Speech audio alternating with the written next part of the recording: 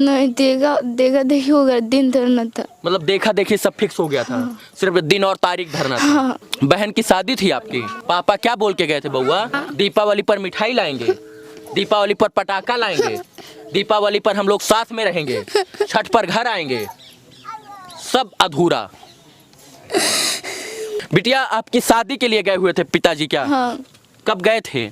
छठे महीने में गए थे। छठे महीने में। शादी तय हो गई थी क्या? नहीं, अब बोलते थे कि आएंगे तो बेटा देख होगा।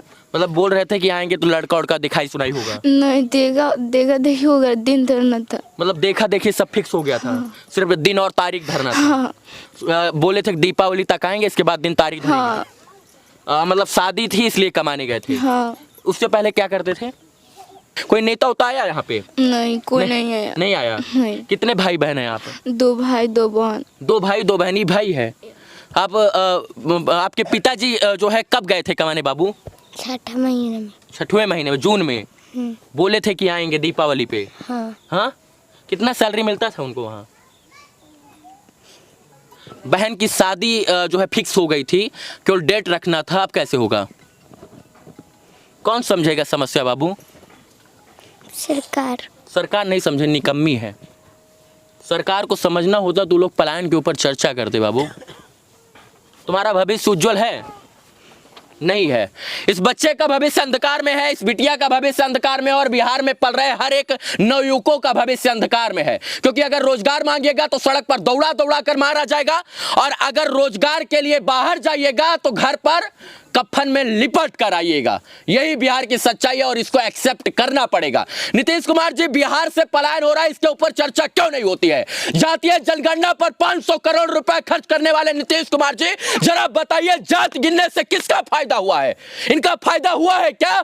अगर इनका फायदा हुआ है तो पूरे देश में जातीय जनगणना होनी चाहिए, और अगर किसी बिहारी का जात गिनने से फायदा हुआ है तो पूरे देश में जात गिनवाइए और इन जैसे बच्चों का जीवन संवारने का प्रयास कीजिए। लेकिन दुर्भाग्य है कि बिहार में जातीय जनगणना के नाम पर अधिकारी, कर्मचारी, नेता, मंत्री, विधायक राजा बन जाते हैं और गरीब के लोग गरीब ही रहते हैं।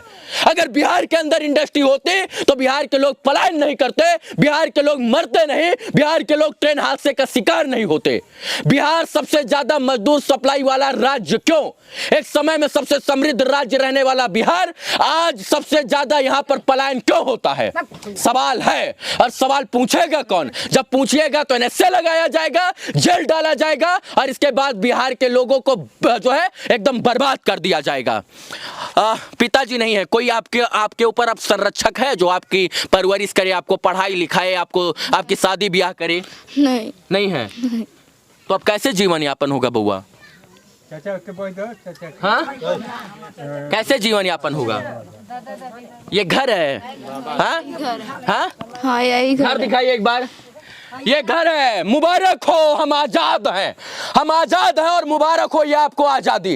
देख लीजिए, एक मजदूर का घर है, और लोकतंत्र का सबसे बड़ा लोकतंत्र है हमारा। लोकतंत्र में सबको संवैधानिक अधिकार और सबको समानता है। लेकिन क्या समानता है बताइए? नेता लोग बढ़िया से मलाई चाप के जो है फॉर्च्यूनर, स्कॉर्पियो और इंडिवर से घूमेंगे, उनके लिए महल होगा, और मजदूर लोग बेचारा मजदूरी करेगा और बम पड़ाका में धक्के मर जाएगा, और उन लोगों का घर ऐसा रहेगा, और बीबी बच्चे जो है वो अनाथ हो जाएंगे।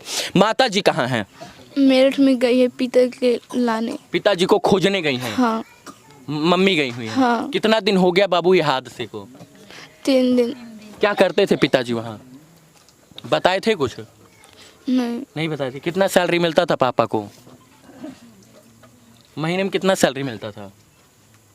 नहीं पता? हम बताएं? 8,000 रुपया। हाँ,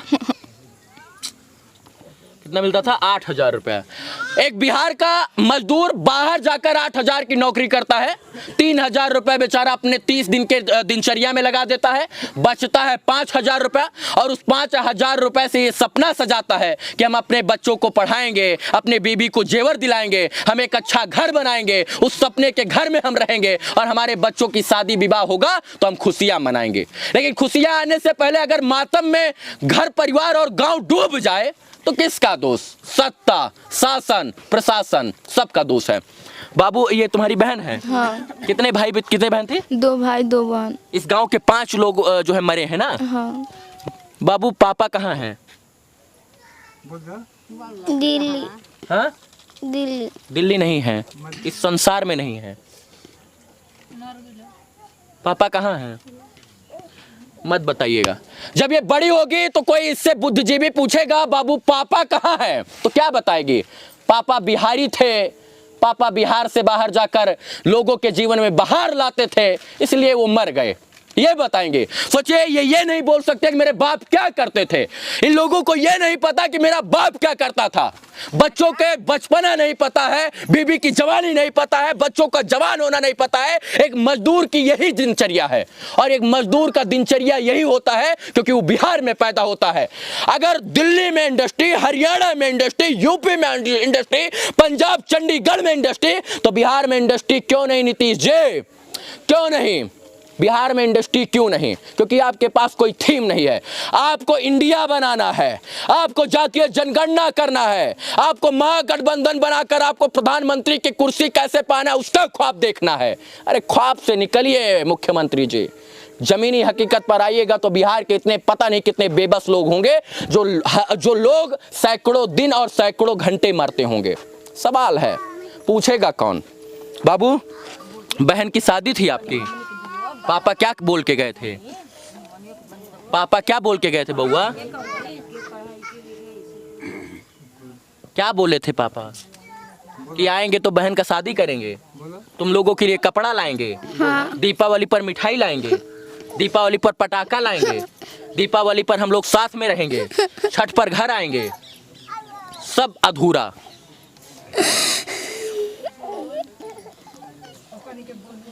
ख्वाब ख्वाब रह गया, सपना सपना रह गया, और घर परिवार सब कुछ टूट गया। मैं इनके घर में अगर जाकर देखूंगा तो इनके किचन में 5 किलो आटा नहीं मिलेगा, 2 किलो दाल नहीं मिलेगी, 1 किलो सरसों का तेल नहीं मिलेगा। ये बात मैं दावे के साथ कर रहा हूं, नहीं गारंटी चलिए दिखा देते हैं। क्योंकि इनको पता है कि 300 रुपया कमाने वाला एक मजदूर सिर्फ और सिर्फ 150 रुपया बचाता है। बाकी आप खुद समझदार, हमको बोलने की जरूरत है नहीं। ये बेबसी, ये लाचारी, ये सब कुछ दिखाने का इसलिए प्रयास कर रहे थे कि गूंगी बहरी सरकारों को थोड़ा सा सुनाई पड़े, और इनकी ममता, इनकी करुणा, इनकी पुकार, चीख और चिल्लाहट सत्ता के भनक तक पहुंचे। और सत्ता में जब गूंजेगी तो सत्ता के गलियारों में हलचल होनी चाहिए। जब तक सत्ता के गलियारों में हलचल नहीं होगी तब तक ऐसे मासूम लोग मरते रहेंगे। बिहार के लोग झुंड भर भर कर जो है वो बिहार से बाहर जाते रहेंगे, और छठ दीपावली पर जो है आते रहेंगे। हम बिहार से बाहर बिहारी होते हैं।